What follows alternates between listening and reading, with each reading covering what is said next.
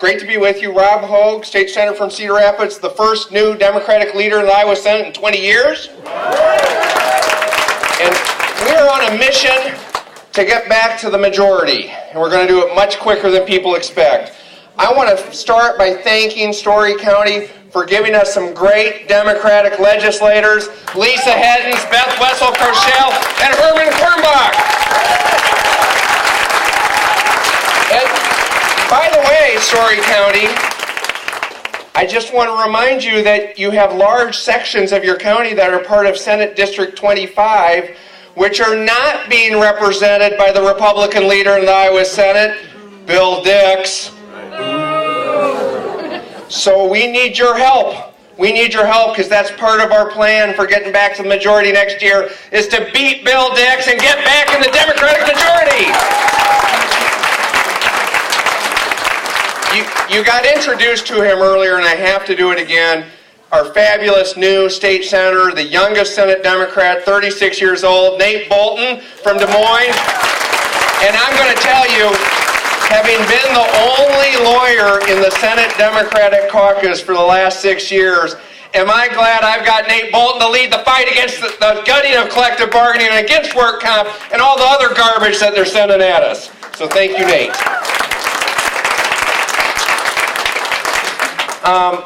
Couple things. First of all, I want to remind all of you, and we're really excited to hear from the next speaker, because like all of you, I worry about what's happening nationally, right? And we've got to fight back and make sure we do everything we can possibly to get to Congressman King and Senator Ernst and Senator Grassley and get them to stand up for once to Donald Trump. Stand up once. Having said that, and it keeps me awake at night, Governor, it keeps me awake at night thinking about what's happening nationally. I am focused like a laser on the state legislature and what's happening in the state. And I want to tell you there are a couple things everyone in this room can do to help us. If you make sure you get on one of your local legislators' email list, or get on my email list, or get on them both. And then sign up for a new service that Iowa House Democrats and Iowa Senate Democrats have gone together this year to create called the Iowa State House Progressive Network. And we're putting out updates 2 to 3 times a week. And we need you to be involved in that so you can help convey the message across this state about the bad and dangerous things that they are proposing. Now, let's talk about a few of those things. It's been worse than my worst nightmare. The Branstad-Reynolds Republican agenda, so far, major mid-year budget cuts that have slashed funding for our universities, for courts, for corrections, for human services. We've shut down 4 correctional units across the state, and over 60 correctional workers lost their job. The attack on Planned Parenthood and access to health care for Iowans, especially low-income women and under the Medicaid program. Bad. Pathetic school funding, the 3rd lowest level of funding in the whole history of the school finance formula. And then, as we've talked about it, the attack on public workers, teachers, police, firefighters, social workers, nurses, DOT employees, sanitation workers, university employees. An attack on them as if the problem in our economy is that sanitation workers have too many rights, too many wages, and too good of benefits. That's not right. The problem in our economy today is not everybody has better wages and benefits, and all of the money is being sucked up by multinational corporations and billionaires. That's wrong. So, what are we doing? Well, we're fighting back. And people were speaking up last week. It was funnel week. And we stopped some of their bad proposals. We stopped their Koch brother proposal to end licensing of occupation. We stopped that.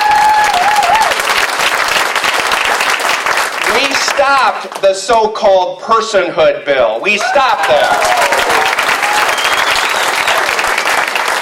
We stopped the reinstatement of the death penalty on Thursday. We stopped that.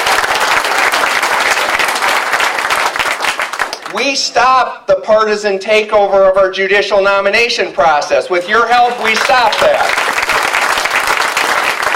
We stopped the proposal to allow firearms on campus. We stopped that.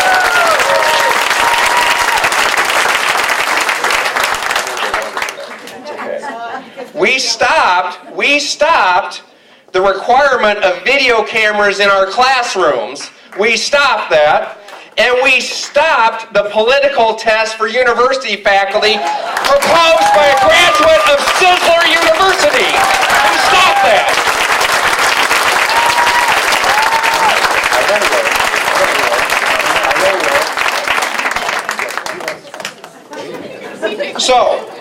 So we stopped that.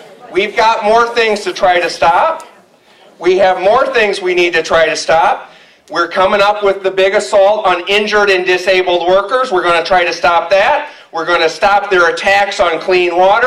And we're going to stop their attack on voting rights. How many of you think the problem is that too many people participate in our democracy? That's the Republican view. Our view is we need more participation. And I'm going to finish with this.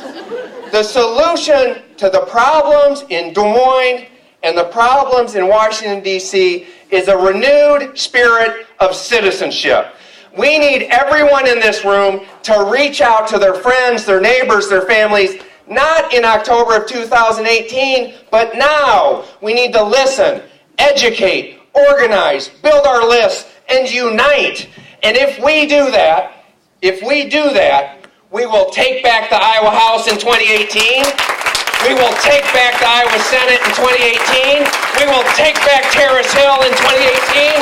We will take back Congress in 2018.